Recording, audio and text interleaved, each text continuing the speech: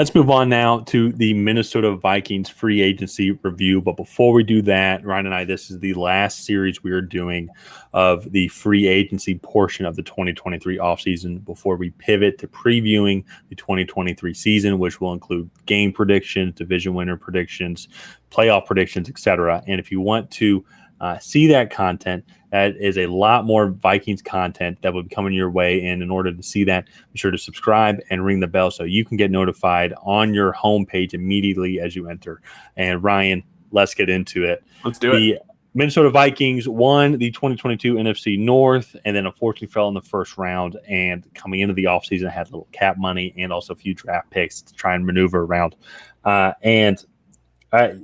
Similar to the Patriots, well, because they added some good players, I will say, but adding Brian Flores, I think, is going to be one of the underrated additions, I think, to this team because the defense struggled overall last year. Every level needed help, and I think Flores coming in, we might not see the benefits immediately this year just because they weren't able to add as many great pieces as they would like.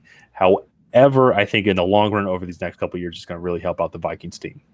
Yeah, no, I mean, we saw what he was able to do in Miami, created a really solid defense down there, and I expect him to do the same here. The thing is I don't think he has quite the pieces right now to do that, and I think coaches set the floor for their position group, but I definitely think the players set the ceiling, and right now I think the ceiling is pretty low for what this group is, so. Well, and that's what too. Like before we get into the additions, like let's just go look at the defense on who they lost, and they lost a lot of identity, I would say, on the defensive side of the ball. Darius Smith, Dalvin Tomlinson on the defensive line, Eric Kendricks in the Chargers, and Patrick Peterson and Chandon Sullivan moved on to the Steelers. And that's not everybody that they lost, but those are just the key ones that immediately came to my mind on the defensive side of the ball. And they were able to replace them some of that by adding Dean Lowry, adding Marcus Davenport, Byron Murphy as well from the Cardinals, and also it looks like that's pretty much it on the defensive side of the ball of just significant players. And so some of that, but then that's a lot of what the Vikings had for the past couple of years, some of their better players. And it's just kind of almost part of like a pseudo rebuild on like that defensive side of the ball, it seems. Yeah, no, I do like what they have in terms of young talent. I just don't think that they have a whole lot of veterans that can lead this group. And you're hoping Brian Flores can come in and groom those younger guys to play better, but they did lose a lot. So one of the things I thought was interesting was their draft approach. So let's just get into their roster and we can kind of talk about it as we work our way down here. So we're going to start out with their offense. So on offense, they elected to go the skill position player route, which I thought was interesting, adding Jordan Addison to complement Justin Jefferson. I think that is an interesting duo. And then now they have Justin Jefferson, Jordan Addison, KJ Osborne, and then kind of a mix of rotational guys, right? Yeah. Well, they didn't really seem to address the offensive line at all. They do have TJ Hawkinson at tight end, so I think that position is pretty good. And then it looks like Dalvin Cook is going to be released most likely by the start of the season. Excuse me. But so I think that's going to be really interesting to see going forward is can this offensive line hold up throughout an entire season? Yeah. Well, and that's one of the things to me that immediately jumps out is how young this offensive line is. Yeah. And that absolutely explains some of the woes that they had last year because we did see some success from Christian Darrisaw when healthy and overall just some of those guys. So I think just as they keep developing, as they get to just keep growing as prospects, so to say, that's when we'll start to see maybe some improvements or definitely be like, okay, this guy needs to go, and start addressing everything from there. Mm-hmm. I will say in their defense, like for that first round pick, I like that pick because if you also look at who else was available, it's like I would personally rather have Jordan Addison than over any of the interior offensive linemen that were available.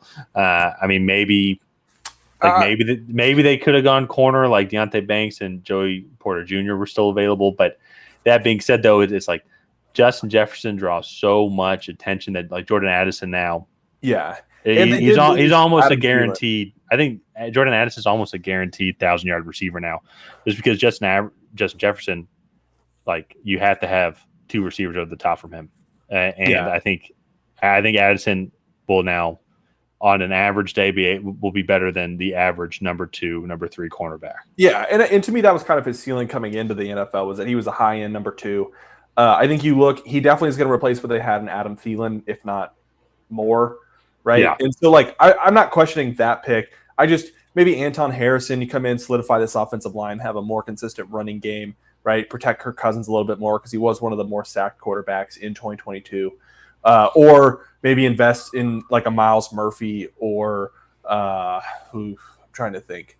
Yeah, cornerback would have been good. Deontay Banks, I think, would have been a really solid pick there. So like you have an elite receiver, right? And your receiving group was not the problem last year. You had a lot of other problems, and then you just throw another piece in that room instead of addressing one of your needs. So that to me is my only problem with it. Again, getting Jordan Addison at 23, I'm not complaining about.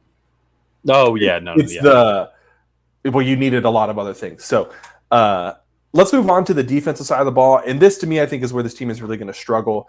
They struggled a lot in 2022. Here, they just don't have a lot of established high-end talent going into the season in 2023. They lost a lot of their veteran leadership, as previously mentioned. They did bring in a few guys like Marcus Davenport and so on, but this defense to me is really going to struggle. And to be fair, I think in this division, barring the Lions, there's not a whole lot of truly potent offenses in this division. However, I think the Bears are a bit of a wild card, right? Like they could come out and be a top 10 offense in the NFL. We just don't really know yet because we haven't seen them put it all together. Well, so that's where I'll push back a little, is if the Bears are a good running team, and they always had they had to be up to this point. And so now if they can be a competent passing team, go ahead. So like what I was saying was like, I understand that like there's the potential for them to be a top 10 offense, right? Oh yeah, but they haven't been that yet. Well, sorry, Amber, I was adding on to that because then I say this defense, even then, just a really good running team. Like I see this defense struggling. It's like Andrew Booth Jr. Curious to kind of see what comes, how his development is.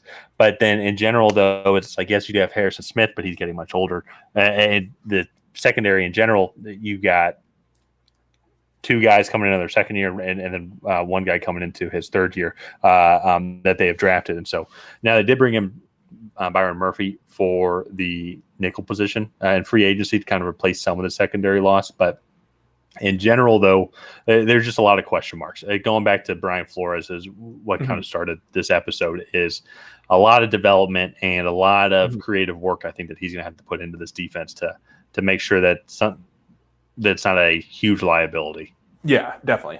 So let's go ahead and move on to what a successful season will look like for the Minnesota Vikings. And if you can't already tell, I think Tyler and I are both a little bit lower on the Vikings this year than last year. And to me, I think the rest of the division got better, barring maybe the Packers. But the NFC as a whole, I think, is getting better.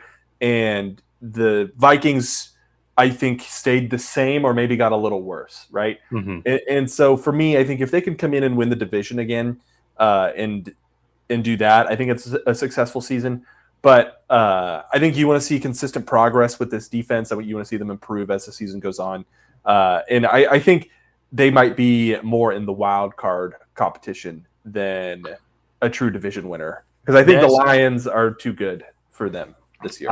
I think if they win the division, I think that's great. But they need to, if we're being realistic, I think if they make the playoffs, it's a good year. And I think if they make the playoffs, it's because this Kirk Cousins, Justin Jefferson, and Jordan Addison they're just had a great year. I just see this. I see this defense struggling quite mightily this year.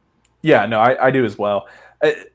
They are going to have a tall task, and I think in a lot of their matchups. They won the division last year, so they're going to be going up against the Eagles. They're going to be going up against the 49ers, right?